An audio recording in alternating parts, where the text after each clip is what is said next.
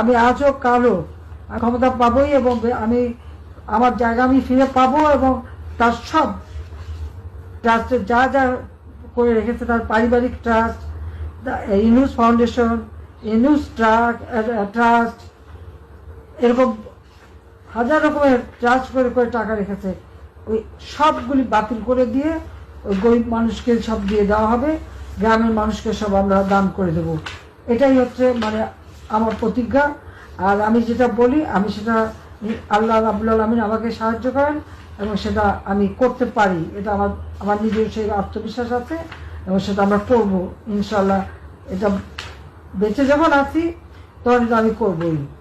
এই বিধবাদের টাকা, স্বামী নিগৃহীতদের টাকা, প্রতিবন্ধীদের টাকা, মুক্তিযোদ্ধাদের টাকা, যত ভাতা, এই সব টাকাগুলো কিন্তু এরা চুরি করে খেয়েছে, মেরে দিয়েছে, আর সব পাচার করেছে। প্রত্যেকটা ছাত্রছাত্রীর জন্য বিনামূল্যে আমরা বই জানুয়ারি মাসের 1 তারিখে দিয়েছি, ওই এখন পর্যন্ত কিন্তু সব বই হাতে দিতে পারে নাই। অথচ আমরা বই ছাপানোর জন্য বাজেট টাকা দিয়েছি, সেখানে আরো অতিরিক্ত 700 কোটি টাকা অতিরিক্ত টাকা নিয়েছে বই ছাপাতে, কিন্তু বইয়ের দেখা নাই। টাকাগুলি গেল কোথায়, কার পকেটে গেল? তার বিরুদ্ধে তো দুর্নীতি দমন কমিশনের মামলা ছিল, সেই মামলা সে কন্টেস্ট করলো না, কারণ সে যে এতই সৎ থাকবে তত কন্টেস্ট করা উচিত ছিল। আর এখন তার সাথে তাদের যে সমন্বয়ক কয়টা আছে, তারা কত টাকা মালিক, এর পাই পাই হিসাব আমরা নেব। আর আল্লাহ যখন বাঁচিয়ে রেখেছে, আমি এটা বিশ্বাস করি যে যারা আমাদের জাতির শত্রু, গণশত্রু, জনগণের শত্রু, যারা এই দেশটাকে ধ্বংস করতে চায়, তাদের চেহারাটা আজকে সকলের কাছে একেবারে স্পষ্ট হয়ে গেছে, তাদের চেহারাটা উন্মুক্ত হয়ে গেছে। আল্লাহ বোধহয় এটাই চাচ্ছিলেন যে এরা ভিতরে ঘাপটি মেরে মেরে খালি তোমাদের ক্ষতি করতো, আজকে এদেরকে চিনে রাখো।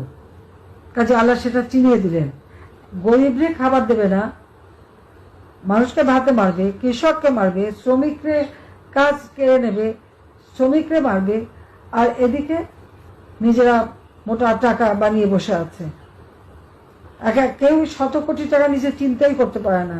ওই যে ক্ষুদ্র সমন্বয়ক বানিয়েছে যারা, তারা কতটা আমরা হিসাব রাখছি, হিসাব নেব, কড়াই গন্ডায় হিসাব নেব, এবং সেই দিন বেশি দূরে না, খুব কাছেই সেদিন। আর এমনি তো সম্রাটরা যেখানে যাচ্ছে সেখানে তো ধাওয়া খাচ্ছে সকলের সাথে চিটিং করার জন্য। কাজে এখন তো ওইভাবে তৈরি করতে হবে, তৈরি হতে হবে।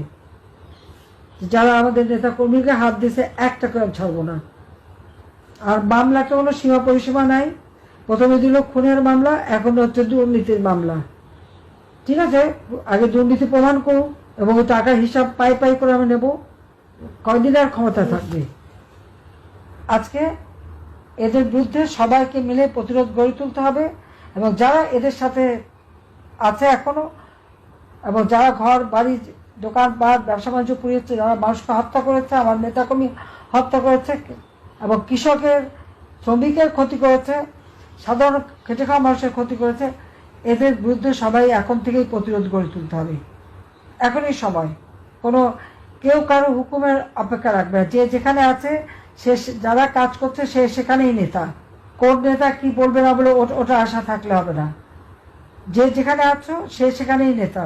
কাজে তার দায়িত্ব নিজে পালন করবে, মানুষকে জনগণকে সাথে নিয়ে, আমাদের আর কেউ নাই, আমাদের আছে জনগণ।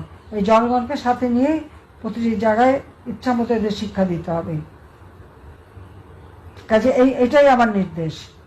হ্যাঁ, এখন আবার দল ভাঙারও চেষ্টা করছে, বা আওয়ামী লীগ ওরকম ভাঙলে কিছু হয় না। আওয়ামী লীগ হচ্ছে হীরার টুকরা, যত কাটে তত জলে। আমি তো ছোটবেলা থেকে দেখলাম কতবারই তো ভাঙলো কাটলো, কি হলো?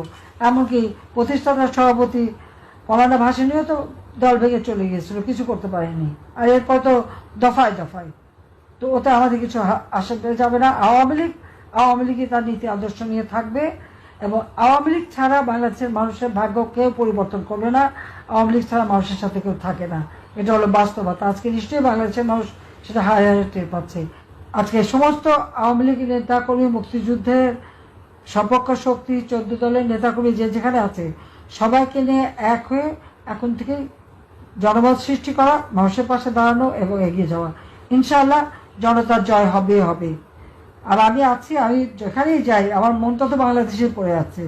আর আমি বাংলাদেশের সব এলাকায় আমি সবার সাথে কথা বলি, কথা বলে যাচ্ছি, কাজেই বেঁচে আছি।